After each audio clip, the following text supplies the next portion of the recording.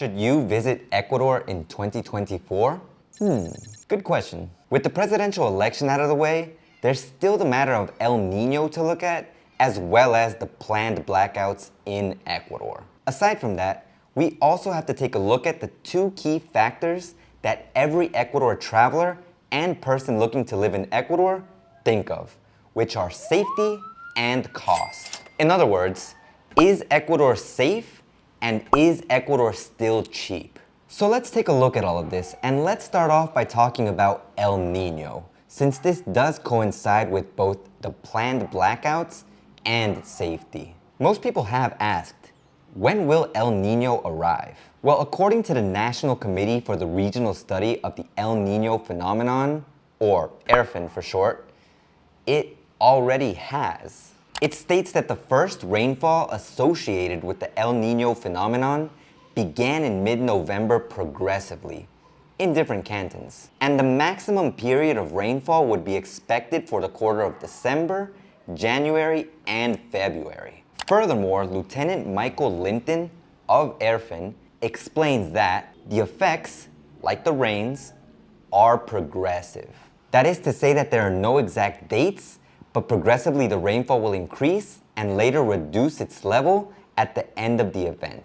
In addition, the meteorological phenomenon of El Nino, in general, associated with an increase in global temperatures, will last until April 2024, according to the UN, announcing a rise in temperatures in 2024. Now, in regards to what all this looks like as someone who lives in Ecuador, it's definitely a lot less problematic than many of us thought it would be. What I find ironic is that partly due to the lack of an excessive El Nino phenomenon, we now have what I call planned blackouts. Planned blackouts are scheduled daily blackouts that happen in different parts of the cities in Ecuador from Monday through Friday that last from about an hour and a half until about 3 hours. These blackouts were originally scheduled to end in December, but have now been extended to next year, with the hope being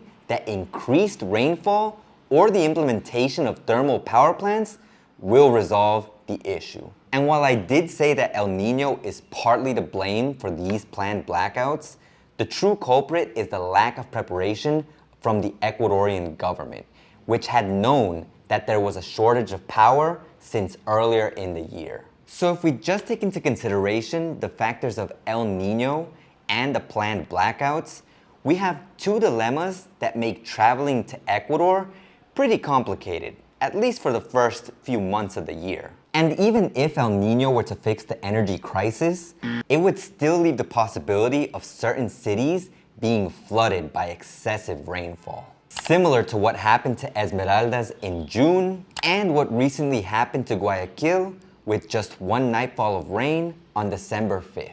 But of course, this is all in regards to circumstantial safety, based on climate and extraordinary phenomena. In terms of general safety, there's the escalating issue that has been currently plaguing Ecuador, which is gang-related violence. According to an article by El País, insecurity in Ecuador escalates to historic levels and is imposed as a priority of the next government. Violence is increasing, and if this continues, the country will close 2023 with a rate of 40 homicides per 100,000, ranking the country as the most violent in the region.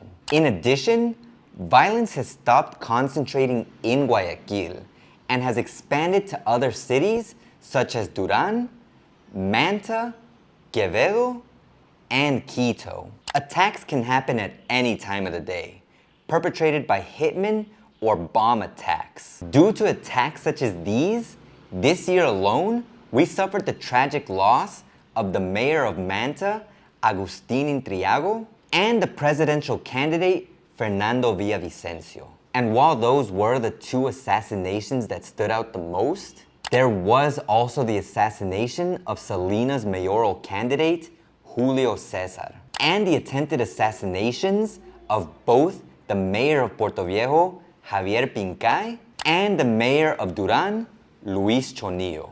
As a person who lives here, I truly believe that the situation has gotten out of hand. People are scared to go anywhere because no place feels safe. There have been assassination attempts and robberies in restaurants, which were generally considered to be safe. There have been bombings in the city of Quito, and there was even an assassination attempt in a funeral home in Manta. But does this mean that it's always unsafe? Not exactly. You could worry about being in proximity of those who are targeted for assassinations, or you could even have the global perspective that something could happen where you're at. But then at that point, you'd have those concerns everywhere and anywhere, and not just in Ecuador. Personally, I think that the most important and immediate things to think about in regards to safety are the fact that the more violent crimes are typically gang-related or related to some kind of cartel situation. So if you're not involved in that, you have nothing to really concern yourself there, and your focus should be on using common sense to avoid petty crime. And in regards to petty crime, I'll be making a video in the future talking about that more in depth. So make sure you subscribe for that. But if you want my final verdict on safety in Ecuador before we dive into cost, I think that at least until we see what President Daniel Noboa does in his presidency, I'd have to say that Ecuador, for the most part, is unsafe. And if you're going to visit, try to only go to the Galapagos, or Baños, or even Mindo. Or make sure you have a guide for anywhere else that you decide to go in Ecuador. And if a guide isn't for you and you want to go completely alone, then you might want to consider some travel insurance, such as SafetyWing. SafetyWing offers coverage if you're in an accident or if you fall sick, which can be useful, especially if you decide to climb the Cotopaxi and get the whole altitude sickness situation. It also, of course, offers travel coverage, which is great because I just mentioned the situation with El Nino. And if you get caught up in that, at least you have some kind of coverage for it. Nothing is guaranteed to happen, good or bad. And many people will probably talk about their amazing experiences. But it's always better to cover your bases and just be prepared overall. Now, when it comes to costs, I actually think that that's more volatile than the safety issue. And that's mainly because it is linked with safety in some ways. And there's also a whole economic crisis going on, not just in Ecuador, but worldwide. But I don't think that it's a situation that's going to affect everyone. For people living in Ecuador, there are people who live here with $500 a month. And while that might sound incredibly cheap, people do make very extreme sacrifices to live with that amount. And keep in mind, things are gradually getting more expensive. If you're coming to visit, one of the most expensive things that you'll probably have to pay for is your plane tickets. I mean, just by doing a quick search, it gave me 3 options from $474 to $674 for flights in January. From there, the other most expensive thing you'll probably pay for in Ecuador is a trip to the Galapagos, because you have to visit the Galapagos, but you also have to keep in mind that it is one of the most expensive places in all of Ecuador. But other than that, I can say that food is cheap.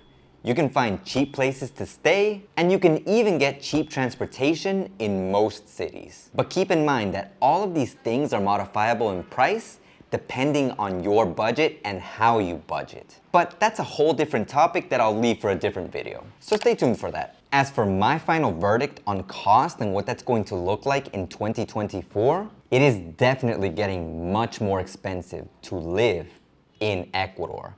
And it gradually has been for some time now. But that definitely won't affect someone who is just visiting and has budgeted correctly. So in the end, should you visit Ecuador in 2024? Honestly, if I weren't already living here, I wouldn't come. At least not until I see what the situation is like after January. In other words, I'd look at the following during the month of January. First, the planned blackouts. If they are over at any point in January, then that's definitely a point in favor for visiting Ecuador. Then, what is happening with El Nino? This one is tricky since even now, it was supposed to be in full force since November. At least that's what we all speculated. But if in January it seems to have come and gone, then that's definitely a point in favor for visiting Ecuador. Is there any big news regarding politics and gang-related violence? If politics are good and violence has gone down or hasn't been mentioned as much as it has been this past year, then that's definitely a good sign and another point in favor for visiting. Has anything happened to mess with the cost here in Ecuador? For this one, you have to monitor the safety, politics, as well as news that's happening here in Ecuador. And at least for that last one, it can be kind of tough to monitor for people who aren't living here in Ecuador. But stay tuned to my channel because if something big does happen, then I will be sure to report it as soon as possible. But even though I wouldn't come in early 2024, if you do decide to visit Ecuador at any point in 2024, then definitely check out this video next, which will give you 23.5 tips to prepare you for your trip to Ecuador. And if you need any one-on-one consultation just to be safe, then shoot me an email and we can schedule a call so we can disperse any doubts you might have. And no matter what, if you're concerned, just give things time because things will get better and then you can visit this wonderful country.